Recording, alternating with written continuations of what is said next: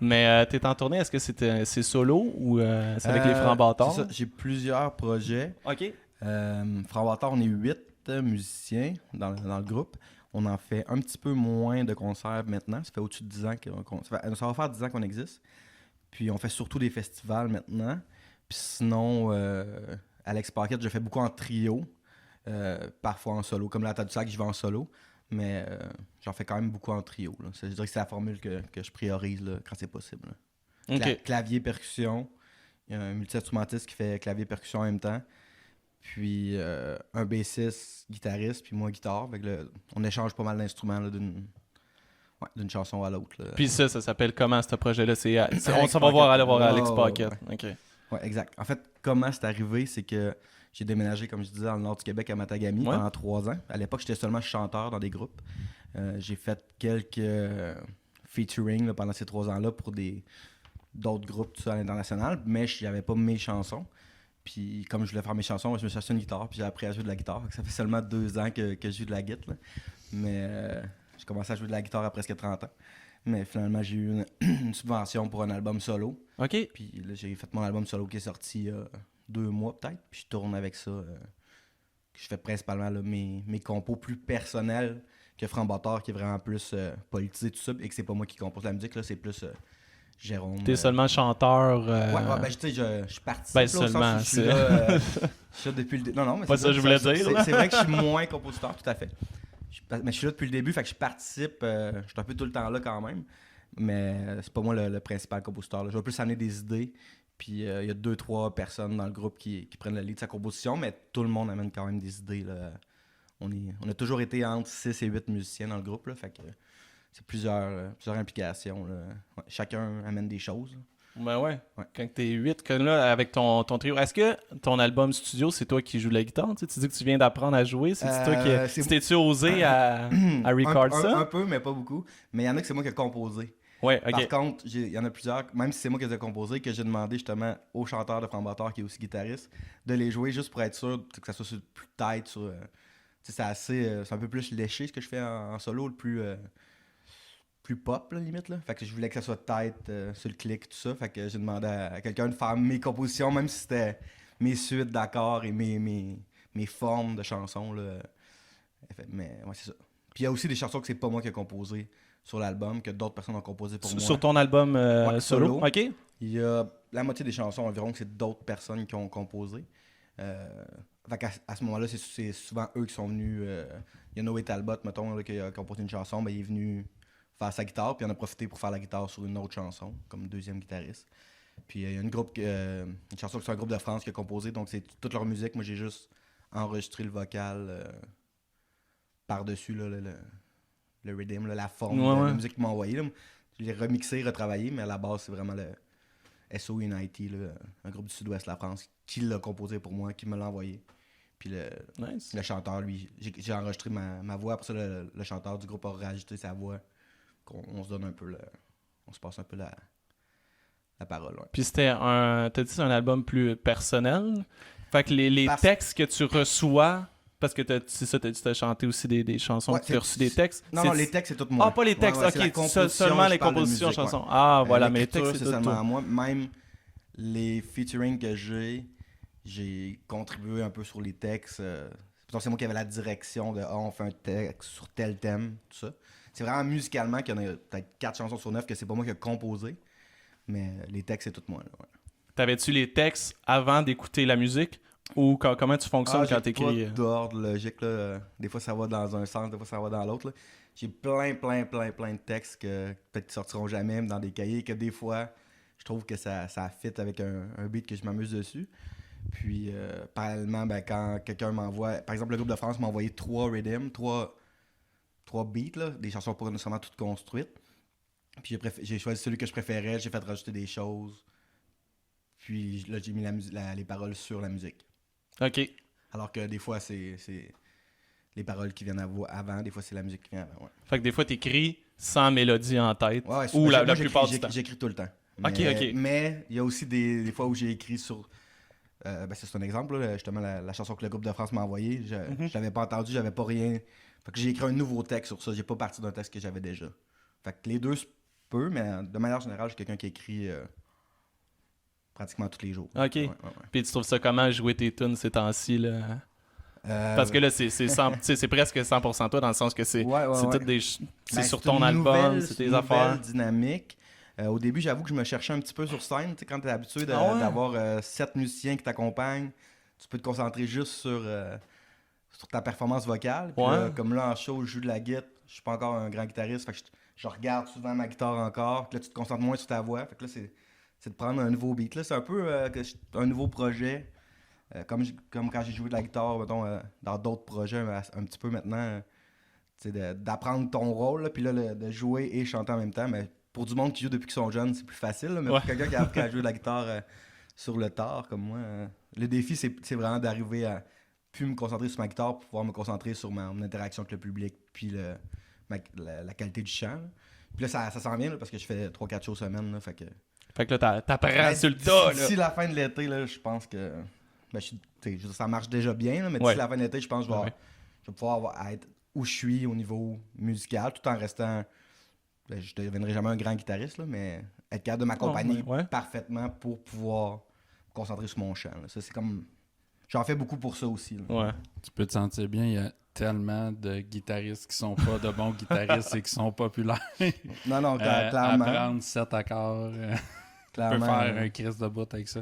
Ouais, mais là, moi, je me satisfais pas de ça. Mettons, là, je pratique la guitare comme 1 heure ou 2 par jour. Là. Je veux progresser rapidement. Là, je veux pas les gens qui jouent de la guitare depuis qu'ils ont 12 ans ou 15 ans. Puis on est rendu dans la trentaine. Fait que ça fait 15 ans que je joue de la guitare. Fait que tout le monde autour de moi est vraiment bon.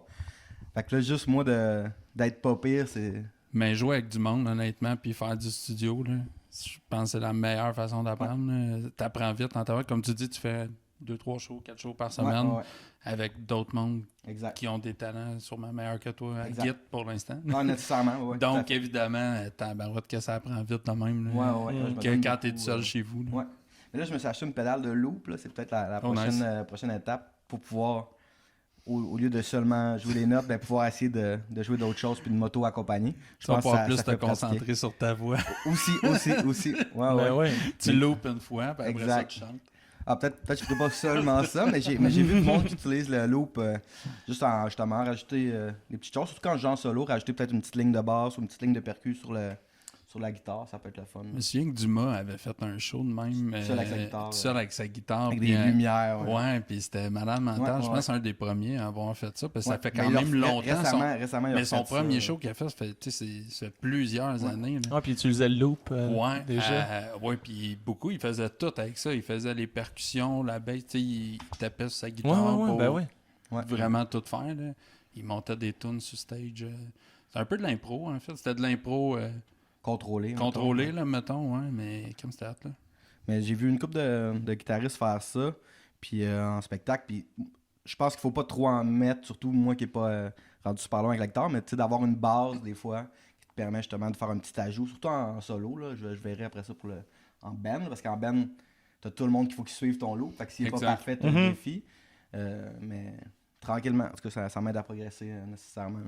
J'ai vu un show un moment donné, puis c'était un petit show dans un bar avec une guitare acoustique, et la personne utilisait le loop, mais l'over utilisait beaucoup trop. Tu sais, quand ça devient du collage par-dessus du collage, c'est comme quelqu'un en studio qui tu perds tout, on dirait comme l'essence de ta tune, parce que là, c'est rendu t'es rendu à faire 10 loops. Là, exact. Il y en a qui se spécialisent là-dedans. Moi, c'est pas vers ça que je vais du tout. Ils sont meilleurs en loop. Mais moi, c'est pas vers ça que je veux. C'est juste vraiment d'avoir une petite base de plus pour m'accompagner. Puis aussi, j'utilise pour la pratique, là, pour travailler, pour améliorer ma guitare. Ah, c'est cool. Puis toi, t'as fait des shows partout, genre. Je regardais ça un peu tantôt. Ouais. Ben, parle-nous de tes voyages. Ça dépend. Il y a toujours du monde qui en font plus. Mais mettons, nous, on a tourné pas mal en Europe, puis au Québec et Canada. Donc, c'est ça, dans le fond, là, ça fait, comme Framboiteur, ça fait presque 10 ans qu'on tourne. Fait que ça nous a permis des fois d'avoir des tournées. Fait que je pense qu'on a joué dans tous les villages du Québec qui se peut. On doit avoir fait des centaines de shows au Québec. Puis sinon, c'est ça, on a fait 2 tournées en Europe. Là. Justement, moi, j'y retourne en novembre là, en Europe. En tant qu'Alex? Ouais, en tant que... Oh, on va sûrement retourner avec Framboiteur l'été prochain pour fêter nos 10 ans officiels. En fait, ça fait un petit peu plus que 10 ans qu'on joue, mais ça fait notre premier show, c'était en octobre 2010, je pense. Fait que ça, mettons, pour l'année prochaine, on va pouvoir profiter pour tourner vraiment les 10 ans de concerts. Europe. Puis on a des demandes ailleurs aussi dans le monde, là, mais c'est des fois de rendre ça concret. Là, quand tu as 8 musiciens, il y a des gens qui ont des enfants. C'est pas comme quand on a commencé, on était un band à la base d'universitaire. On étudiait en cinéma puis on faisait de la musique pour le fun. De cette époque-là, restent seulement les 2 chanteurs. Maintenant, on est accompagné de musiciens dont plusieurs font ça à temps plein, dans plusieurs groupes. Donc, il faut s'adapter aux disponibilités. Puis il y a aussi la question des familles, des enfants. Il y en a qui ont des jeunes enfants. D'ailleurs, notre trompettiste... Sa copine a accouché hier. Oh, félicitations. Félicitations, Félix. Félix. Fait que c'est sûr que ça va amener une nouvelle dynamique. Lui, à l'époque, c'était le plus jeune dans le groupe. Là, il est rendu avec des enfants. Fait que ça montre qu'on a vieilli quand même. Un coup de vieux sur le band. Ouais, pas mal. Pas mal. Ouais, puis comme plus t'as de membres dans un band, là, c'est la même problématique avec toutes les bands. Ben toi, tu le connais aussi à travers ta musique. Oui, tellement. Là. Vous êtes combien, vous, dans votre band? Je sais pas, 6, 7. Ça fait juste 30 ans. Ça paraît que t'es drummer, toi. T'arrives quand tout le monde est prêt déjà. T'arrives 1 heure plus tard, tu joues tes affaires, t'en vas. Mais ouais, c'est ça, les enfants, les jobs. C'est comme tu dis, vous avez commencé universitaire, mais... Après ça, évidemment, ils sont à l'université, fait qu'ils ont des... Ouais, au début, c'était... on va faire des tournées l'été parce qu'on est en... Parce qu'ils sont en vacances. En congé, un peu comme quand t'es même au secondaire, au cégep et tout ça. Ouais. Mais là, maintenant qu'il n'y a plus personne qui est à l'école, même les plus jeunes sont pas à l'école, c'est des musiciens à temps plein, tu sais. Ils ont trop des bonnes jobs pour devenir musiciens, exact. Honnêtement. On a plusieurs qui sont musiciens à temps plein, qui jouent pour des groupes de musique qui roulent vraiment bien. Votre bassiste? Ils font des gigs notre avec... bassiste, il est cool, votre bassiste. Moi, je le connais pas personnellement, mais c'est qu'il y a du style. Mais c'est le seul qui joue dans mes 2 projets. En fait, lui, c'est mon multi-instrumentiste. Ouais. Puis, non, mais c'est ça, notre tromboniste, là, il joue avec Marco Calgari comme multi-instrumentiste. Plusieurs personnes dans le groupe, en fait, même ceux qui font pas de la musique à temps plein, ont... Non, ça, c'est le saxophoniste. Ah, saxophone. Ouais, la saxophoniste, elle aussi a plusieurs projets. Ouais. Puis c'est ça, notre trompettiste va être prof, là, il vient d'avoir un enfant, tout ça. Fait que nécessairement, l'autre chanteur aussi a comme 4-5 groupes. Tout le monde a plusieurs projets, tu sais. Ouais. Puis si c'est pas des projets de musique, les autres, ils ont quand même d'autres projets. Puis je pense que c'est ça, avec l'âge et tout ça, c'est plus compliqué. Mais je pense que ça va être plus facile, justement, des fois, de se prévoir une tournée de 15 concerts sur une base fixe, que tout le monde va le prévoir d'avance, parce que les tournées, tu les prévois presque 1 an d'avance. Ça va peut-être être plus facile que juste un show telle fin de semaine, ça peut être dur, parce que tout le monde a un agenda assez booké, là. C'est-tu toi qui book les spectacles? Ouais, principalement. Puis, mais moi, je fais pas mal ça dans la vie aussi. Là. Je book pour d'autres projets. Puis, je l'ai toujours fait pour mes groupes. Puis, c'est quand même un aspect que j'aime. Moi, j'ai eu une salle de spectacle aussi. Ah, c'est vrai? Où ça? Ben, j'étais le diffuseur pour la ville à Matagami, dans le nord du Québec. OK.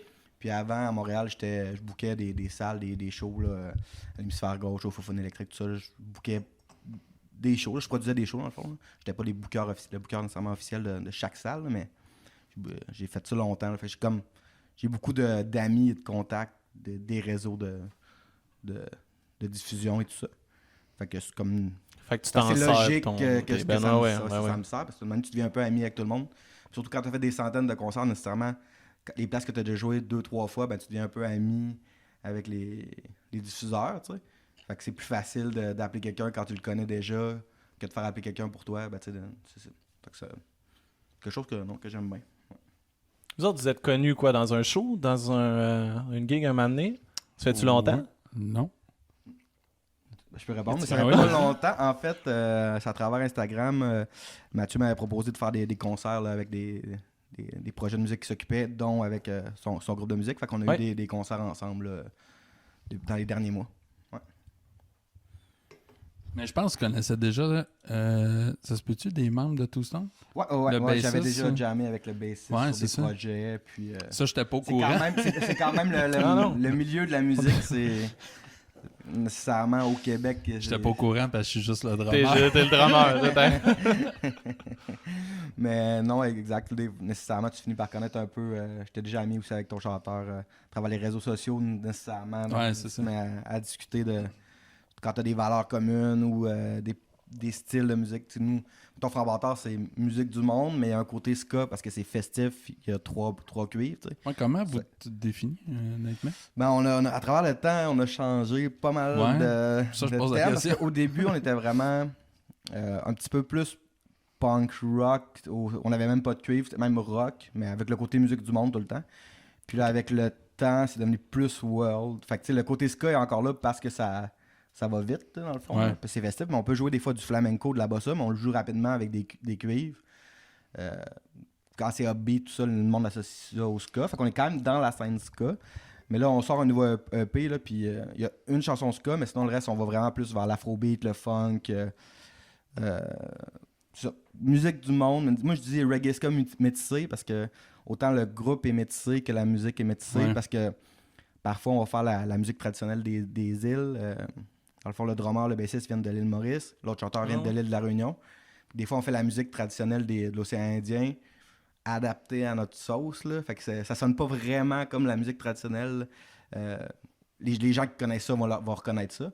Mais on va la jouer un peu à notre rythme festif. Puis avec le côté un peu... Le chant entre le rap et le punk rock. Là, je sais pas trop. Là, on a peut-être pas c'est pas de la chanson. Là, par moment, tu parles de ta façon de chanter. Par moment, c'est plus rap. Par moment, c'est un peu plus chanté. Mais c'est quand même... Il y a quand même une attitude presque punk. Là, moi, je viens de la musique de la scène plus hardcore, punk rock. Ouais. Puis c'est plus à travers l'attitude puis les paroles qu'on peut ressentir ça qu'à travers la musique qui est quand même assez plus festive, presque ska. Là, c'est ça. Ouais.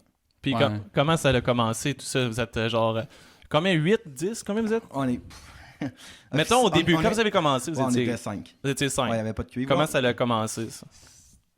Tous des étudiants en cinéma qui jammaient les fins de semaine avec plusieurs personnes qui faisaient pas de la musique avant, mettons, autour. OK. Puis à travers le temps, il y avait beaucoup de monde qui venait d'un peu partout dans le monde. Puis à travers le temps, le drummer est retourné en France. Le premier trompettiste qu'on a eu est retourné au Panama. Tromboniste, il vit maintenant au Mexique aussi. Fait que dans le fond, les musiciens ont changé. Puis quand le groupe s'est mis à bien fonctionner pour le type de musique, ben tranquillement, on a eu des musiciens...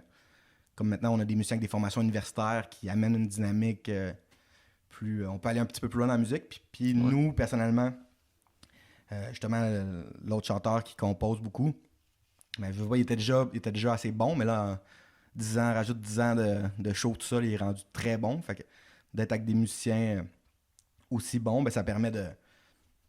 On peut aller plus loin qu'on allait, mettons, sur notre démo là, en 2012, là, tu sais. Puis là, l'album, ça avait déjà évolué en 2014, puis là, mettons, là, ça va encore évoluer. Mais ce qu'il faut dire, c'est que moi, pendant les 3 ans qu'on était partis, il n'y a pas eu de show, d'enregistrement ou de... Ah non, ok, un break. Officiellement, le groupe n'a jamais arrêté. Moi, je pensais que le groupe allait peut-être continuer à faire des shows pendant que j'étais pas là. Ils ont continué à jammer de temps en temps, à enregistrer des petites choses, mais il n'y a rien d'officiel qui s'est fait. Puis là, depuis que je suis revenu, on est retourné en Europe. On a enregistré un nouveau EP, on a des nouvelles chansons, mais ça reste qu'on y va quand même à notre rythme là, qui donne le temps par rapport au temps qu'on a. Là. Justement, notre drummer, il y a un studio d'enregistrement, puis il est technicien de son. Ça nous permet justement, on travaille beaucoup avec lui à son studio La Case à Laval. Puis on est comme chanceux de l'avoir, mais en même temps, il est vraiment, vraiment occupé. Fait qu'il faut y aller aussi en fonction de ses disponibilités là, de musicien, technicien et entrepreneur là, qui a son studio. Là. Puis toi, à la base, t'étais-tu chanteur? T'as dit qu'il y avait du monde qui était même pas musicien au début, puis qui ont appris là, c'était sur le tas, mettons. C'était le cas du drummer. Ah, c'est le temps le drummer qui apprend sur le tas. Non, mais parce qu'on voulait juste pratiquer pour le fun. Moi, j'avais déjà eu des petits projets, mais qui n'avaient pas... on avait plus pratiqué, là, des bands de hardcore quand j'étais ado, cégep. Puis t'étais au vocal? Ouais. Ok. Ouais, j'avais toujours eu un amour un peu pour ça, même si je n'ai pas de technique puis je suis pas incroyable, mais c'est plus... Ça paraît que j'ai du fun, fait que le monde a du fun, là, c'est surtout ça, là, je pense. Là. Avec le temps, j'ai un petit peu plus de technique, mais c'est vraiment... avoir la chance d'un peu de dire ce que je pense. Franc Bâtard, c'est quand même pas mal politisé, tu sais. Puis de parler de ses convictions, les dire avec un peu ça, pouvoir partager ses valeurs, ben je pense que la musique m'apportait ça.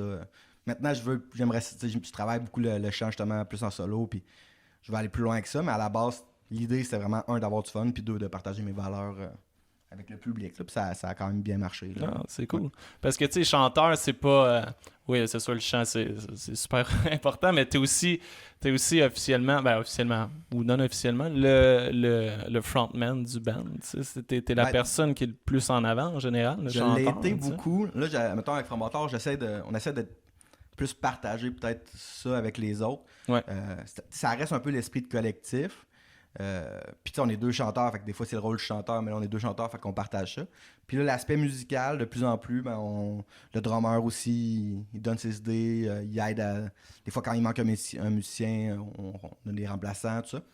Fait que là on est rendu plusieurs, mettons, on essaie d'avoir l'aspect collectif. Là, ok, mais mettons quelqu'un qui vient voir un show, là. Tu dis le drummer, il met sa sauce puis tout ça, mais c'est qui vraiment qui est en avant puis qui parle à la foule? D'habitude, il y a une personne pas mal qui parle à la foule, j'ai l'avantage mettons avec Framboteur, je suis juste chanteur. L'autre chanteur, il joue de la guitare. Fait que c'est sûr qu'il faut qu'il s'accorde, faut qu'il change de guitare. Il y a plusieurs guitares, tout ça, entre les chansons. Fait que c'est sûr que je parle un peu plus, mais lui aussi, il parle un peu plus. Des fois, justement, il va rajouter l'aspect de pourquoi on s'appelle Framboteur, tout ça, parce que Framboteur, ça veut dire un peu métissé en créole de la Réunion. C'est un poète réunionnais qui s'appelle Daniel Waro qui a dit « Je suis pas blanc, je suis pas noir, je suis de la nation des Frambotards ». C'est de là que vient notre thème, puis ça fitait avec notre musique et tout ça. Fait que là, Jérôme, il va pouvoir parler de ça en show, puis moi, je vais plus demander au monde s'ils vont bien, essayer d'être un peu un MC, motiver la foule et tout ça. Là. Ouais, c'est cool. Ouais. Vous autres, dans votre band, y a-tu un frontman comme ça aussi, ou c'est partagé? Comment ça fonctionne? Non. Nous, il y a un frontman fin. OK. Ouais. Qui le fait très bien, d'ailleurs. C'est ça, quand il fait bien. Il y a l'énergie pour... C'est nice, ouais, parce que c'est drôle. Nous, on est comme un band de tout timide. Là. Tout le monde fait sa petite affaire tranquille. Plug les dons, ton band. Mon band? Tout Stone, tout ce Ouais.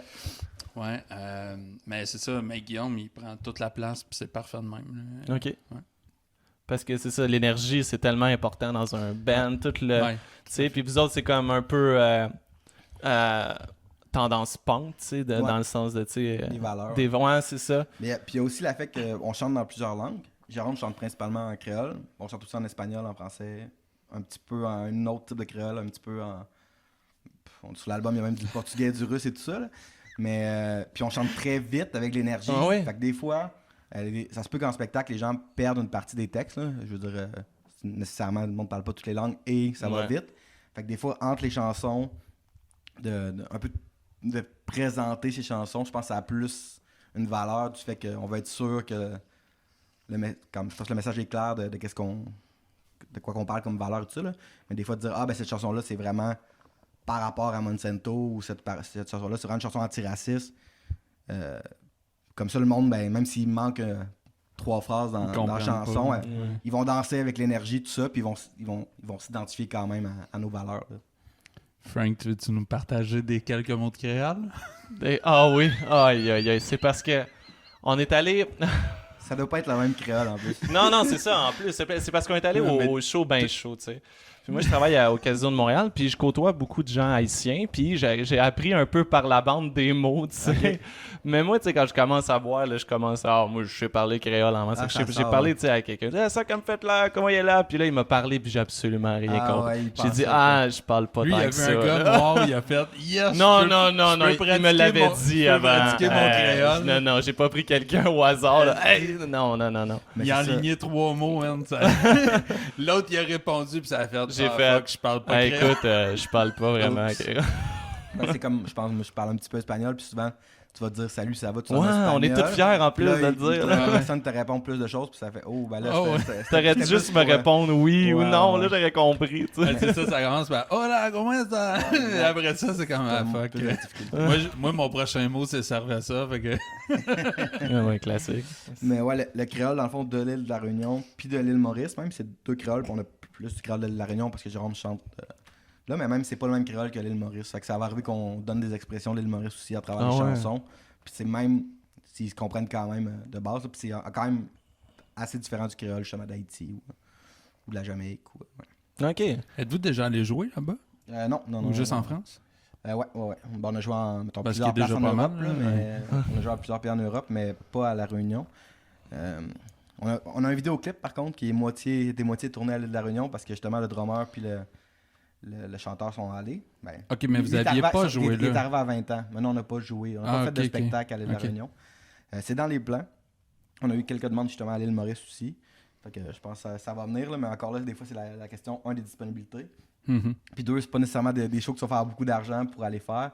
Puis dans un groupe qui a beaucoup de musiciens à temps plein, ça peut être dur de convaincre les gens d'acheter un billet d'avion à 2000$ si leur salaire est pas nécessairement très élevé parce qu'ils priorisent la musique. C'est mon cas. En ce moment, je priorise la musique. Fait que faut quand même faire des choix. On a eu des offres de spectacles, même en Amérique du Sud, à Cuba, tout ça. Moi, quand j'étais allé au Pérou, j'ai chanté un peu. J'avais fait des shows sur le fly, si on veut, là. Puis j'avais eu des offres justement là à Cuba, mais finalement, tu payes pas pour jouer, mais faut quand même que tu payes ton billet d'avion. Fait que même si là-bas, t'es payé un petit peu. Fait que à moins d'être parce que nous, on n'est pas autant moi que Fondateur, c'est connu dans la musique alternative, mais c'est pas connu à grande échelle. Fait que oui, on a des offres, mais c'est pour que ça devienne intéressant. T'sais, en Europe, ça se peut, je pense, plus facilement parce que tu peux faire. Les 2 fois qu'on est allé, on a fait comme 16 concerts en 19 jours ou 20 concerts en 21 jours. Mais là, nécessairement, tu rentabilises un petit peu plus la chose que d'aller faire des fois seulement 3-4 concerts parce que il n'y a pas 50 lieux de diffusion, des fois dans un pays qui a moins de population. Là. Mais quand tu vas à l'extérieur, est-ce que tu fonctionnes avec les subventions de... On a eu des subventions pour les billets d'avion. Oui, c'est ça. Seulement. On n'a pas eu de subventions à la tournée là, que beaucoup d'autres personnes réussissent à aller chercher. Là. En fait, on n'a même pas fait les demandes. On avait eu pour les billets d'avion. Ça payait 70%, je pense, des billets d'avion, les assurances, tout ça. Fait qu'après ça, sur mais faut place... que tu le payes parce qu'ils te remboursent juste dans... c'était pas... Il y a un délai, là, quand même. Il y a un délai, là, mais ça. C'était quand même raisonnable. Mais c'est vrai que c'est l'autre partie difficile. Tantôt, on parlait des disponibilités des membres. Puis plus il y a de membres, plus c'est difficile. L'autre problématique, c'est l'investissement. Il y a l'investissement temps, mais l'investissement financier. Là. Un Bern, est-ce qu'on n'a pas toute la même vision de... c'est souvent une question qu'on a du fait que il y a des gens qui sont là depuis le début. Que nous, on se considère plus comme membre d'un groupe. Puis avec le temps, des fois, il y a des gens qui se rejoignent 8 ans après que le groupe a commencé. Fait qu'eux, ils se voient plus comme des musiciens. Des employés. Exact. Mais sauf que comme nous, on fait de la musique alternative, ben, si t'es chanceux, on peut te donner 75$ ou 100$ par show, tu sais. Puis du fait que... x8, j'en doute fortement. Ça fait que parfois, nous, les membres, mettons, on se paiera pas, mais on va payer les subs, on va payer les remplaçants. Parce que nous, ou l'autre chose, c'est que justement, tu vas enregistrer, ben là, il faut que tu aies une coupe de 1000 de côté. Fait que tu vas prendre, fait que si on est chanceux cet été, mettons, on fait des festivals. Tu réussis à avoir un bon cachet pendant les festivals, tu sais, qui est plus élevé que le cachet que tu vas faire quand tu vas jouer dans un bar, mettons. Sauf que nécessairement, si tu gardes pas ces 1000$-là ou ces 2000$-là pour payer et le studio et la publicité, mettons, sur Facebook, c'était pas une grosse machine derrière toi, ben il faut quand même que tu gardes un peu de cet argent-là. Fait qu'un coup que le gaz est payé, l'hôtel est payé, certains musiciens sont payés, ben le 500$ qui reste, ben il faut que tu le gardes parce que sinon l'argent va sortir de ta poche. Exact. Puis on l'a fait longtemps sortir l'argent de notre poche aussi. Là. Les premières années, nécessairement, ben tu payes pour louer un studio, tu payes pour ça. Fait que les entrées d'argent sont des fois plus petites que les... Ouais, puis là, si tu veux ajouter du merch, c'est le même problème. Puis souvent, c'est une personne qui achète toute la merch, qui s'arrange, qui sort 2000. Puis là, finalement, il finance tout. T'achètes des cotons à thé, puis finalement, il fait 40 degrés pendant la tournée. Exact. Tu vends pas beaucoup de coton à thé, beaucoup de t-shirts, mais là, tu te ramasses avec une tonne de coton à thé. On a des cotons à thé de Franc-Batteur à vendre. Mais oui, il y a l'aspect merch, il y a l'aspect... il y a toujours des t-shirts, t'es pogné avec... 40 médiums, mais plus un crise d'X-large. Avec le temps, on finit par... Justement, la première fois qu'on est allé en Europe, on n'avait pas fait beaucoup de X-large puis de 2X-large parce que le gars qui produit notre merch en Europe, il avait dit c'est surtout France, Espagne, vous allez jouer, c'est surtout small, medium, un petit peu de large. Mais le monde qui écoute du reggae, même s'ils sont minces, ils portent du X-large. Fait qu'après 5 shows, on n'avait plus d'X-large, plus de 2X-large. On avait 5 shows de fête, il en restait 11, puis on restait juste des smalls, des mediums, puis un petit peu de large. Puis là, quand on a dit ça, il avait pas pensé à ça, mais le monde qui écoute du reggae, ça s'habille un peu plus en yo. Un peu plus ça s'appelle pas tête. Fait que finalement, c'était comme un mauvais move. Puis là, on réussissait pas à avoir nos smalls. Même à du monde mince, on était là, ah, mais là, il me semble small, ça te ferait. Non. Pas ça, je veux. Non. Fait que, ouais, on t'apprend. La dernière fois qu'on est allé, on a acheté plus de merch plus ample, mettons. Là. Avez-vous tout le temps une table de merch quand vous faites des shows? C'est de quoi que vous avez quelqu'un qui s'occupe de ça? Ouais, pendant des moments, on avait vraiment quelqu'un qu'on engageait pour faire ça. Là, vu qu'on fait moins de concerts, on part moins souvent pour plusieurs concerts, on le fait un peu nous-mêmes. Après les concerts, on s'assure d'avoir ça. Mais là, mettons, on serait dû pour refaire des CD parce qu'on n'avait pas imprimé beaucoup. On a imprimé juste 500. On les a toutes vendus. Puis là, c'est encore la question de si on en imprime d'autres, faut débourser avant d'être remboursé. Fait que ça peut des fois mettre des délais. Là, alors que moi, j'ai investi beaucoup aussi pour mon projet personnel. Ça, j'allais dire, toi, tu payes en double en plus. Là. Mais pour mon parce album, solo, j'ai été chanceux, j'ai eu une subvention qui a payé l'ensemble de l'enregistrement. Mais j'ai payé pour l'impression. Exact. Les ventes en pré-vente, ça a quand même bien été. Fait que je suis pas si pire. Les vinyles, c'est beaucoup plus cher à imprimer. Là, ça. Pas mal. En plus, si tu fais un mastering différent, mettons, pour les vinyles, ben là, tu as un petit 1000$ de plus que des fois, tu n'avais pas prévu. Fait que c'est sûr que c'est de l'investissement. Mais oui, quand tu as plusieurs projets, si c'est celui qui s'y investit, ça peut. Ouais. Ça va vite, là, pour vrai. Puis comme tu dis, tu sais, juste. Laisse pas pire parce que c'est toi qui fais ton booking. Fait que t'es chanceux, là. T'as assez de contacts pour te booker pas mal de shows, là. Parce que sinon. Ouais, c'est un autre pourcentage qui va au booker, au gérant. Ça finit jamais, là. Ouais, exact. Ben non, mais c'est ça. Pour faire de l'argent, autant si t'es bien entouré, ça va t'amener des fois des meilleures conditions, des meilleurs concerts, tout ça. Mais c'est sûr que quand t'es plus indépendant, des fois, tu peux aller avoir le maximum de l'argent, même s'il est moindre. Là. Il y a comme des avantages quand même. Il faut que tu sois capable de le faire. Puis je comprends que c'est vraiment. Tu sais, dans l'idéal, tout le monde aimerait mieux pouvoir se concentrer sur juste composer de la musique. Là. C'est clair. En réalité, si tu fais de la musique alternative, sauf exception, il n'y en a pas beaucoup qui réussissent à. On regarde, dans le fond. Vraiment pas beaucoup. Tous les groupes alternatifs qu'on écoutait il y a 20 ans, 30 ans, ils sont tous partis eux-mêmes des maisons de disques ou leur propre compagnie de booking ou leur label, carrément. Fait on comprend que souvent, tu as besoin de faire d'autres choses. Ou les gars, des fois, sont techniciens à côté de son. Parce que ou t'es guitariste, mais pour 5 projets. Exact. Tu sers de sub quand tu joues. Ouais, exact. On a des musiciens qui sont dans 12 bands, carrément. Ils jouent tout le temps, ils vivent de ça. Exact. C'est la seule façon de réussir à vivre de ça. Être pigiste aussi, là. Se mettre sur le marché. Ils font beaucoup de corpo pour arriver. Puis ils complètent avec leur band alternatif, des fois qui aiment mieux, mais que réellement. Tu pars un side band de cover. Mais il y en a qui font ça aussi. Oui, il y en a plein, je pense. Mais des fois, je me pose la question, mais là, je vais faire. C'est drôle qu'on dise ça.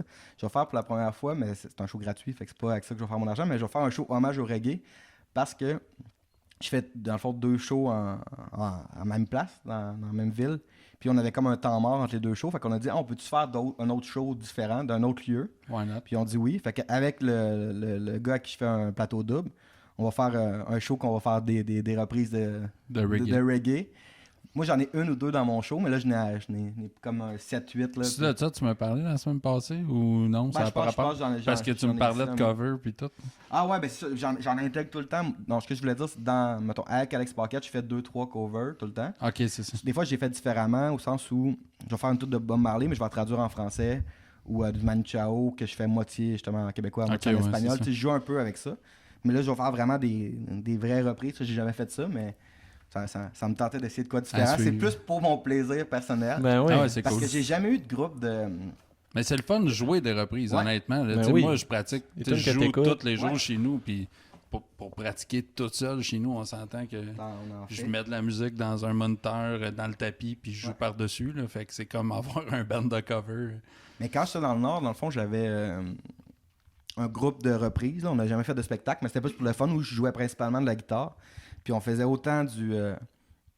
c'était pas un... je sais pas si on peut dire que c'était un groupe, mais c'était plus des soirées de jam avec des amis. Okay. Puis on faisait autant du metal que du reggae. Puis moi, j'aimais ça. J'avais jamais eu ça. C'est vraiment cool. Avoir ton band de garage, là, j'avais l'impression d'avoir ça. Puis je jouais... Moi, j'avais ma maison en Abitibi, puis je jouais dans mon sous-sol, pas fait. Dans le fond, là, fait que j'avais vraiment l'impression d'avoir mon band de garage, de comme on boit de la bière puis on joue des reprises, même si on les réussit plus ou moins bien. Ah, c'est exact. plus l'effet de se défouler un peu comme jouer au soccer. Là. C'est pas parce que tu espères jouer dans l'Impact, c'est parce que tu veux. Ah oui, pour le plaisir. Ouais, là, ouais. Là. Toi, c'est ça t'écoutes du reggae, pas mal? Ben, je dirais que le fait de jouer de la musique du monde me fait écouter plus de musique du monde et plus de reggae en l'occurrence. Mais dans le fond, quand j'étais jeune, j'étais vraiment. Oh! Je m'excuse. Quand j'étais jeune, j'étais vraiment un hardcore kid qui écoutait surtout du hardcore, un peu de métal. Après, avec le temps, je me suis mis à écouter un peu de rap. Comme quoi? Qu'est-ce que t'écoutais comme hardcore? New York hardcore, genre Madball, puis Agnostic Front, ouais, un peu les piliers, là, Terror, les vieux bands là, que j'écoute encore pas mal toutes d'ailleurs. Ah oui, puis les groupes du Québec, là, Perfect Murder, tout ça. Je suivais, j'allais voir des shows tout le temps. Puis en fait, c'est surtout le fait, dans le fond, de vivre avec du monde. Moi, dans le fond, là, Jérôme, l'autre chanteur de Franc-Bâtard, on s'est connus à la première journée d'université à l'initiation. Puis finalement, ben, il venait chez nous. J'ai proposé. J'avais une flasque de gin, en fait. On veut crissement savoir comment vous êtes connus, là. non, c'était au début. C'était avant que ça commence. J'avais une flasque de gin, parce on avait juste le droit de boire 3 bières à l'université sur le site avant de poursuivre au bar, mettons. Puis moi, j'avais une flasque de gin, puis j'ai dit à Jérôme, tu as un peu de gin.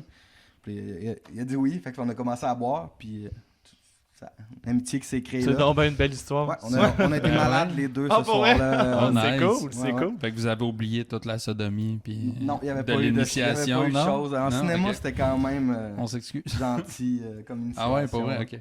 Tant mieux d'ailleurs, on aimerait mieux qu'il n'y ait pas de choses comme ça dans les initiations. On n'encourage pas ça, ces choses-là. Non. Exact. Puis non, c'est ça. Fait qu'on s'est rencontrés comme ça. Puis dans le fond, lui, il m'a fait écouter un peu de la musique qu'il écoutait. Puis finalement, moi, j'ai toujours écouté beaucoup de vinyles. Puis je me suis mis à m'acheter des vinyles plus de rock, de reggae, tout ça. Puis le fait de faire des shows, ben, les bands avec qui tu joues, tu deviens ami avec eux. Puis on dirait que quand tu es ami avec quelqu'un, tu vas plus prendre le temps d'écouter qu'est-ce qu'il fait, puis plus le comprendre. Puis maintenant, j'écoute principalement du rap et du reggae. Je sais pas si c'est avec l'âge, tout ça, mais il y a aussi le fait que beaucoup de monde dans mon entourage que j'aime joue du reggae ou écoute du reggae. Tu vas dans des festivals, tu passes 3-4 jours avec eux, écouter la musique, tu finis par connaître les tunes, fait que là, tu n'écoutes plus. Je continue à écouter du hardcore, écouter un peu du metal, du punk, j'écoute plein d'affaires. Là. Mais puis même, j'écoute beaucoup de musique québécoise plus pop, là, j'aime bien les affaires. Mais nécessairement, la musique du monde, plus t'en fais, je pense, plus tu comprends ben oui, ça. Là. Ben oui. Comme moi, au début, j'haïssais le blues, tu sais. Puis quand mon prof de git, il m'a mis ça, tu sais. Tu te dis, ouais, pourquoi que lui, il trippe tant que ça? T'essaies de comprendre. Pourquoi ce gars-là, il trippe, puis c'est un bon guitariste. Puis là, t'écoutes, t'es comme, ah ouais, ok. En écoutant, tu commences à comprendre ton cerveau comme développe cette espèce des choses que tu comprenais pas trop de la musique. C'est pareil comme plein de monde, tu sais, qui le métal, souvent, t'as-tu commencé avec du gros hardcore en partant ou ça a commencé... d'habitude, on commence tranquille. Non, je commençais pas mal. Je te dirais, j'ai des t-shirts là, de quand j'avais 11-12 ans. Ben, à l'époque, entre autres à Québec, il y avait une salle qui s'appelait l'Anti, qui était une salle all age, ce qui manque beaucoup aujourd'hui au Québec, ce qui fait qu'il n'y a pas beaucoup de relève de musique alternative. Puis, c'était un peu notre refuge du vendredi. Tu commences ton secondaire, t'as pas trop d'amis, tout ça, mais là, tu t'en vas voir des shows, puis là, tu te fais comme une famille alternative. Puis j'allais voir les shows au début de tout, là. C'était une punk, ska, hardcore, tout ça. J'allais là toutes les semaines. Et du fait, je me rappelle être allé au ExoFest. C'est un des premiers gros festivals qu'il y avait eu dehors à Québec là, de musique alternative là, en 2001 peut-être, ou dans ces années-là. Puis j'allais à la base pour voir peut-être justement des bands plus punk, ska. Puis là, j'avais tombé sur un groupe de hardcore qui s'appelle Rise Overrun. Puis c'était quand même des beefs. Puis le chanteur avait sauté, puis la scène avait fendu, puis il avait continué son show. Puis je pense que c'est l'élément déclencheur qui a fait comme, ok, je veux faire partie de ça. Je veux péter des stages. Mais parallèlement, tu sais, t'allais lire leurs paroles, puis c'était tout le temps quand même positif, tu sais, ça amenait beaucoup, il y avait beaucoup de hardcore positif. C'est pas que ça, il y a des choses plus de gangster aussi, mais tu sais, ça amène beaucoup à se dépasser. Puis les groupes, un Perfect Murder, un groupe du Québec qui était straight edge, justement, pas d'alcool, pas de drogue, tout ça. Puis là, tu te dis, ok, c'est tous des gros toughs avec des tatous, puis tout ça. Puis là, t'as 12 ans, 13 ans, 14 ans. tu te rends compte que ces gros toughs-là, dans le fond, c'est des belles valeurs, c'est des entraîneurs sportifs, c'est qui dégagent. Fait en fait, pour être alternatif, t'es pas obligé d'être seulement... t'es pas obligé de faire des choses négatives. Ben, avec le positif, tu peux quand même être badass. Puis ça m'avait beaucoup parlé. Puis je pense que même aujourd'hui, les valeurs que je défends, même si, mettons, je vais plus rapper ou jouer du reggae, ben, c'est quand même des valeurs positives là, que je trouvais déjà dans les groupes que j'aimais à cette époque-là. OK. Y a-tu des shows que tu veux plugger ou là c'est le temps de plugger tous tes trucs, là, tes shows, tes pages, là, ton merch? Là. Ouais. Je fais vraiment beaucoup de concerts, là, mais ben c'est ça. Je peux pas... parce que peu importe où vous êtes au Québec, même en Europe, il y a des chances que vous me voyez cette année. Justement, je m'en vais 2 fois dans le coin de l'Ambasse-Côte-Nord. Je vais à Tadoussac, mais je retourne plus tard au West-Escoumins, puis je vais passer par la Malbaie, tout ça. Ça fait 2 fois que je vais en Abitibi, puis là, je retourne 2 ou 3 autres fois encore cet été. Je fais pratiquement toutes les... Parce que je fais plusieurs festivals, que ce soit avec Frambatard ou avec Alex Paquette. Là. Justement, on fait la FEAT avec Frambatard à la fin du mois. Moi, dans le fond, je sais pas quand ça va être diffusé, là, mais je m'en vais faire 4 dates en Abitibi dans 2 semaines aussi. Puis, dans 2 semaines étant fin juillet. Exact. Puis, je fais il y a des festivals que je fais avec mes 2 projets, ça c'est le fun. Là, comme on va à Shawinigan faire le Wildwood. Mais je joue à 2h l'après-midi avec Alex Paquette, puis à minuit avec Frambatard. Fait que je suis dans les premiers de la journée, puis dans le dernier de la journée, tu sais. Avec mes 2 cool, projets. Ça. Ouais. Faut faire attention à pas trop prendre de bière. Non, c'est ça. Quand t'as presque 12 heures entre 2 concerts, tu restes focusé, mais c'est un super beau festival que je suis vraiment content qu'on joue. Puis, non, ça continue. Ça de la bière, pas d'alcool, là? Ouais. Faire une plug pour la bière, pas d'alcool. Ouais, exact. Mais, non, c'est ça. Fait que ça continue là, jusqu'en novembre. Là. En fait, j'avais une fin entre la mi-mai puis la mi-novembre. J'avais juste une fin de semaine sans concert. Puis, en fin novembre, je retourne en Europe là, pour des festivals puis tout ça. Dans le fond, en tant qu'Alex Paquette. Fait que vous pouvez surveiller à la fois Frambatard, à la fois Alex Paquette. Je pense que ça se trouve à Alex Paquette Reggae sur Instagram et Facebook. Frambatard, F-R-A-N-C-B-A, tout en un mot, B-A-T-A-R-D-S.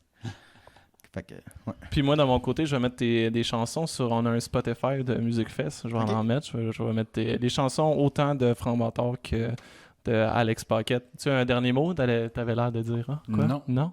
Un mot. Alex Paquette, mesdames et messieurs. Hey, merci beaucoup, c'était super. Merci. Bye bye.